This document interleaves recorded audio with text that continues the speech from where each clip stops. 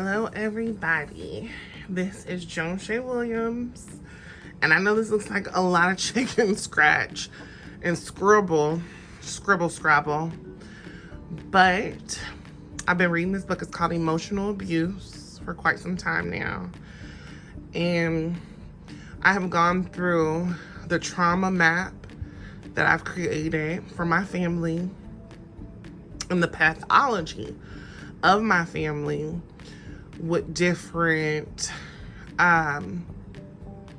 abuse and different challenges and different things, generational curses, and the different patterns and trends that I found in my family. Starting back with my great-grandmother, Nana. It was really hard when I started to do it because I really didn't know much about my great-grandmother. And we have to understand that from generation to generation, certain generations are a little bit more closed off than others. So I'm not sure how much my great-grandmother communicated with my grandmother, and then my grandmother communicated with my mother and told her about different depressions, or if she had different mood swings, or she had different trauma responses. But if you understand pathology and you understand psychology and patterns in people, I learned in psychology that you don't really pay attention to people. You pay attention to their patterns. So when I go back, and there's one person I did not add on this list, but I'll add it on as I'm talking. It's my Aunt Lenny. And it's kind of where my whole emotional slutty journey started. It really was triggered from my Aunt Lenny, and then I'll backtrack and I'll speed everything up and let you guys know where I'm talking about. So let's start with my great-grandmother, Nana. So from what I remember my grandmother telling me was that she was abused. Sexually, she was abused. She was in a very abusive relationships. Back in that time, my grandmother told me they did put cocaine in Coca-Cola, so it was a very acceptable. I put the pieces together through my pathology because through my grandmother, through my great-grandmother, through my grandmother, through my mom, through my Aunt Lenny, through my aunt, through myself, we all dealt with depression. And I just showed throughout the different generations how we are combating these different generational curses and different things, just as the information age and mental health and self-love and healing and therapy becomes more accessible to my generation. And just, it's really destigmatized. So she had abuse, drugs, depression, drinking, sex. With sex, she had over, 14 to 16 children. And then different trauma responses, like trauma responses from, having a lot of sex, you're going to have a lot of kids. And then when you have a lot of kids, you may have money management issues. That is something that was most definitely passed down. And then I also put dreams and self-love on there because that is the ultimate goal, especially on my timeline, kind of where I am now. And I put a few arrows there, but I really abbreviated it. So with my grandmother, and the sad part about it is my grandmother passed away in 2006. She died 2 days before I graduated high school. She dealt with a lot of abuse, sexual abuse, physical abuse, emotional abuse, so much abuse. So what stems from that abuse are drugs, because you're trying to silence the mind. My grandmother was a brilliant woman. She was a very smart woman. She was a very kind-hearted woman, a great woman. She was in abusive relationships. I put that on there. So the different demons and the different things that she dealt with emotional abuse, relationships abuse, and not really, it was coming back down to self-love. She didn't love herself. What were her dreams? She didn't chase her dreams. She had 4 kids you know, and then she had 3 different baby daddies. So this was the trend. She had learned this behavior from her mother. I'm not really sure how many baby daddies my great grandmother had, but she had a few. She had more than 2.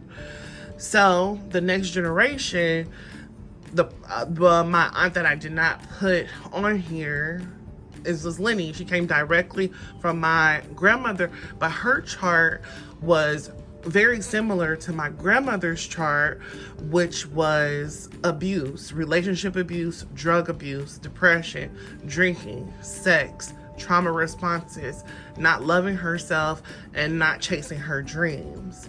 And her life, unfortunately, was cut extremely short. She was murdered in the 90s. And as my grandmother progressed in her older age, she was able to address, you know, her depression. So I can most definitely cross that one off for my grandmother, because she did take Zoloft and it did help her. She really wasn't drinking as much or doing anything that I feel like was excessive when I was around my grandmother. So my grandmother healed from a lot of abuse. She healed from a lot of depression. She had seen therapists. She did know she had issues. She had calmed down. You naturally will calm down when it comes to sex. So, and my grandmother got really sick, and she got really sick because of all of the trauma, all of the pain. Eventually what happens is everything that's inside of you, it makes you sick if you don't get it out. You start to have issues within your body and you start to get sick. Okay, so now I'm going down to my mother. And then just one side note. So if I go back from my Aunt Lenny to my grandmother, which charts are very similar, my aunt, she really never got to address anything in her life, and her life was sadly cut short. She did not have those resources.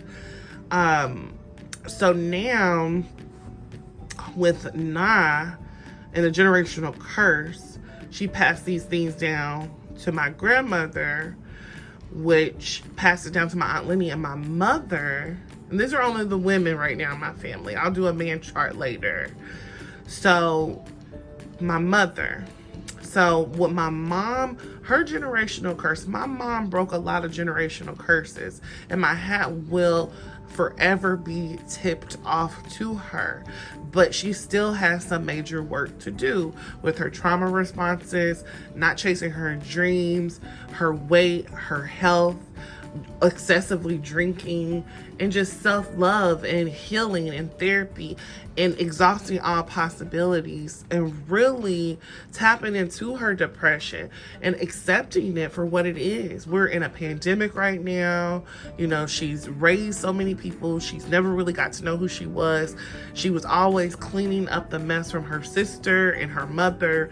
So she was kind of left to fight. So this made my mother into a fighter. So the next round of young people that come up, so let's talk about the generational curses that my mother broke. So the generational curses that my mother broke: teenage pregnancy, my mother broke.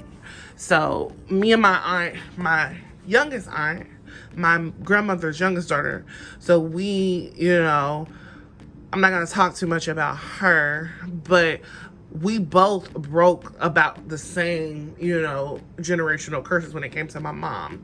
So the only generational curse that my aunt broke that I have not quite got there yet was my weight issues. But that's most definitely a trauma response for my depression medication, and it's just a trauma response for being depressed for as long as I've been depressed. And losing weight is most definitely, it's just a process. You know, you have to be patient with yourself, and you really have to love yourself through it, eat at home. And I'm going through it. You know, I'm going through all of the moments. So if my mom right now still suffering, with her depression. So if you stem out from depression, so if you're depressed, you want to be happy, so you may drink, and you may wonder about self-love. You're not chasing your dreams. Do you know what your dreams are? Are you spending time with yourself in reality to face that? Those are different trauma responses, with her weight issues. And then now the trauma response is her health issues, being diagnosed with heart disease, at her age, and just dealing with what she, is dealing with.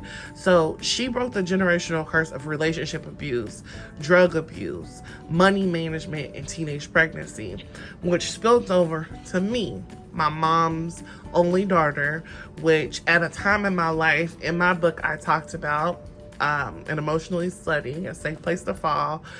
I talked about all of these different things that plagued us in our generational curses, which were drugs, drugs, abuse, sex, teenage pregnancy, money management. So I got a step ahead of the game with my mother being my mother, because off the top, she taught me certain things about teenage pregnancy when I was young. She taught me and my younger aunt that, so we didn't have to deal with that. So, and then later when I was in my career and I had lost everything and I'm getting everything back, I learned more about money management.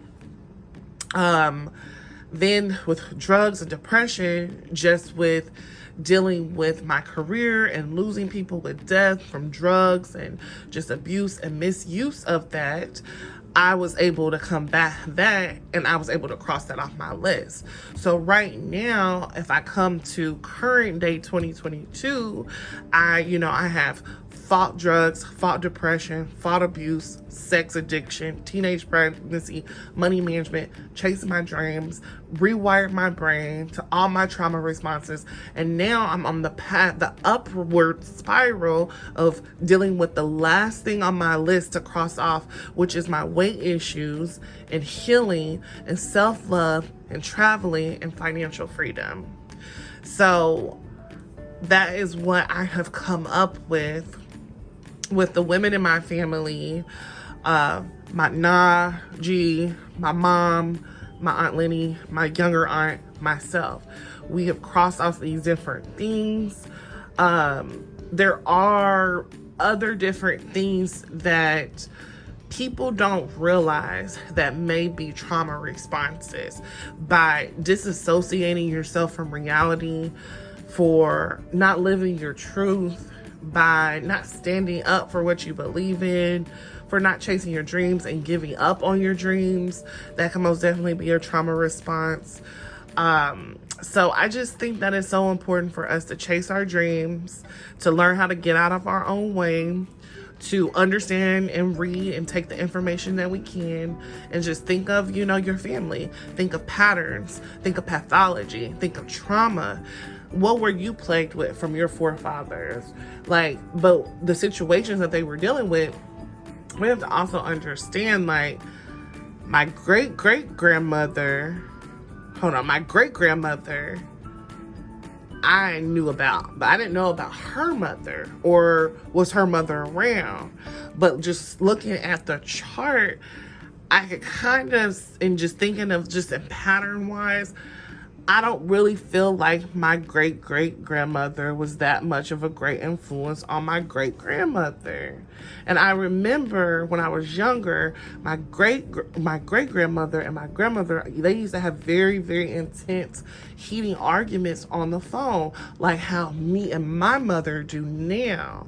And my grandmother would get frustrated with my great-grandmother because some of the decisions that she was making. And it's most definitely a pattern. It's most definitely, a web of, learning how to get out of your own way. And it's so interesting, Emotionally Slutty, my book, it's about, trauma. It's about sex. It's about everything. It's about how my chart was very, very similar to my great-grandmother's chart and my grandmother's chart. And just when my mom came in, she broke so many generational curses that it was easier for me to fight what I'm fighting in this day and age because I didn't have children that I had to chase after. I wasn't really plagued with relationship issues, chasing after men with, baby daddy issues. So that takes a lot more pressure off of you when you don't have to deal with stuff like that also. And just money management, it also can fall into money management, can make money management easier because you don't have to raise children and you don't have that extra layer. So that is my pathology chart. And I love you guys. You probably can't read it, but I hope it was helpful. My book is out now. It's on Amazon. I'll put the link in the bio. And then I'll probably just do the men in my family next. All right. Thanks. Bye.